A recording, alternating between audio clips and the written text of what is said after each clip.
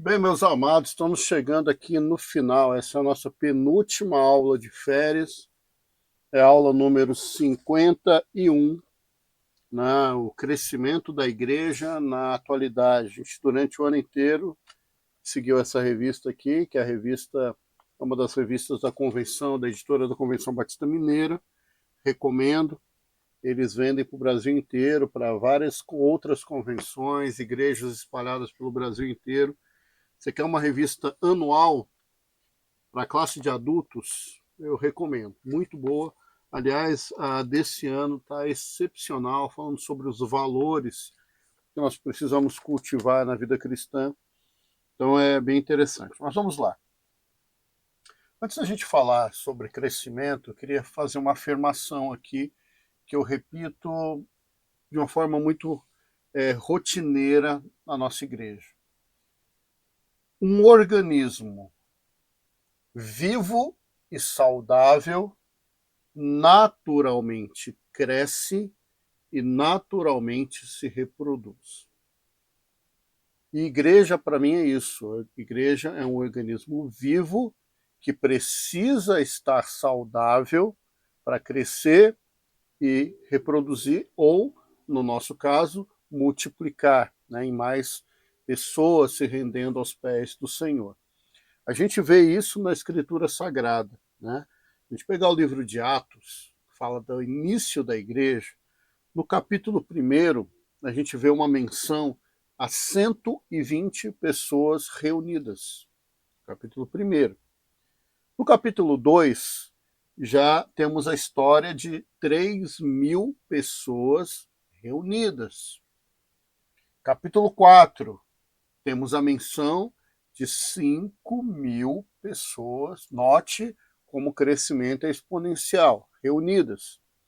No capítulo 5, a gente já ouve falar de multidão reunida. E no capítulo 9, a gente ouve que a igreja se multiplicava em outras igrejas.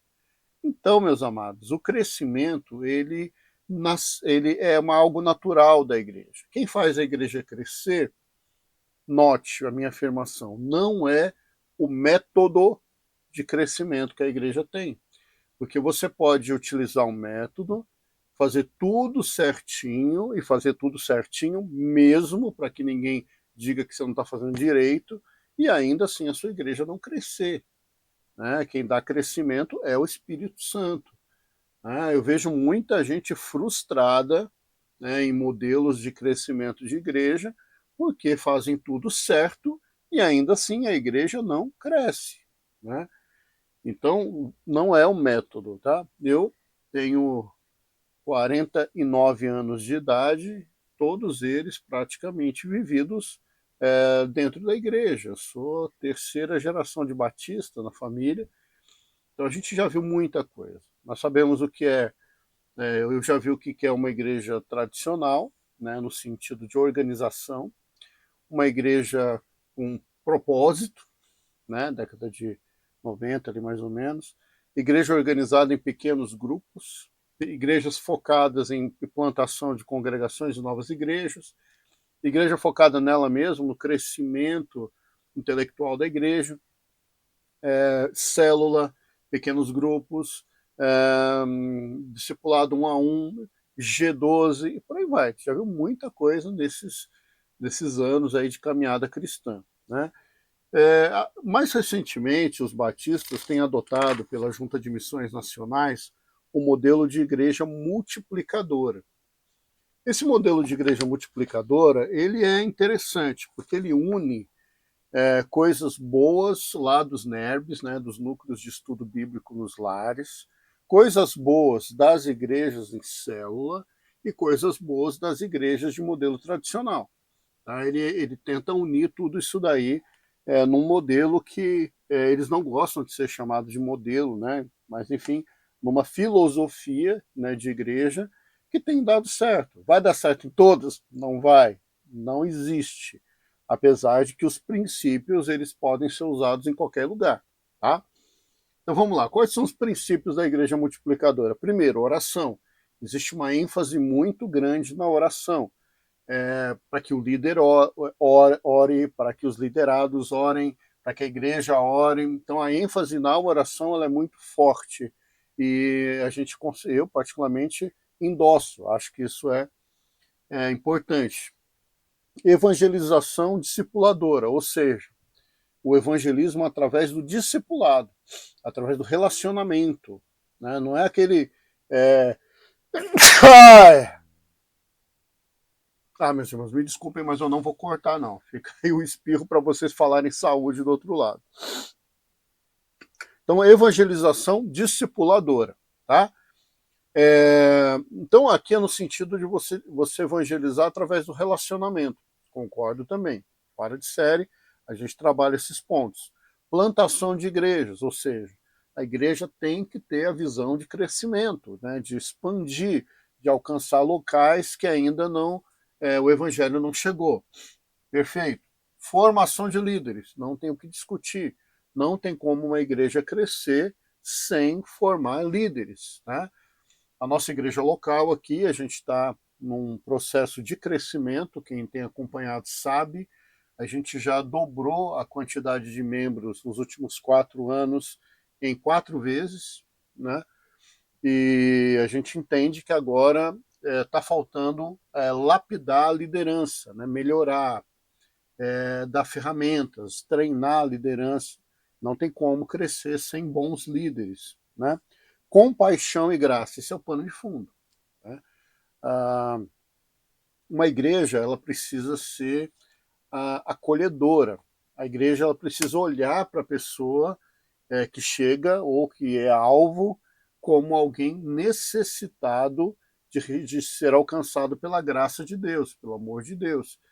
Então, uma das coisas que a gente pega muito forte aqui na nossa igreja é que a igreja ela precisa passar para a pessoa que chega aqui a impressão de que ela é muito bem-vinda. Não é bem-vinda, ela é muito bem-vinda.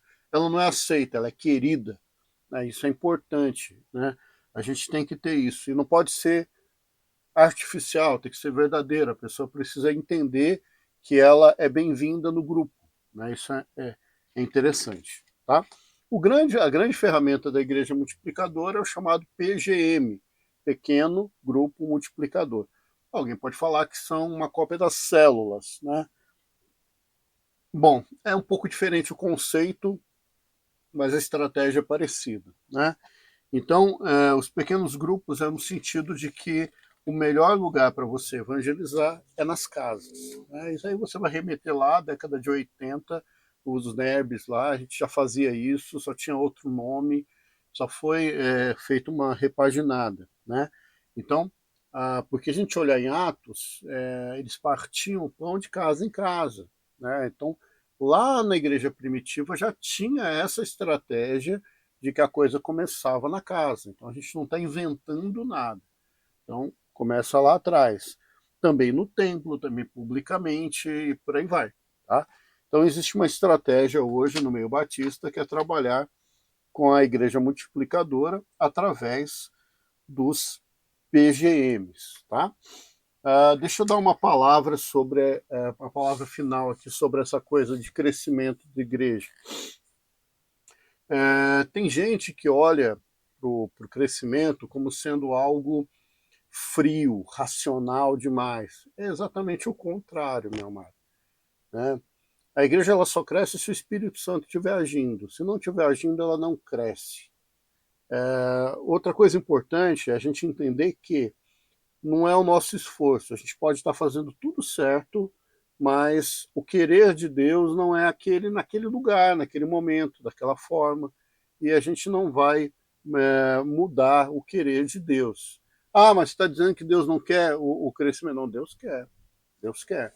Mas às vezes Deus ele tem algo para tratar e para ensinar para aquele grupo e que precisa ser aprendido primeiro. Então, isso é muito importante. Outra coisa, quando alguém fala assim, tantos membros, tanto crescimento, tantos batismos, né? E as pessoas criticam, você está falando de números. Deixa eu te dizer uma coisa, extremamente importante. Números no reino de Deus são almas, são vidas.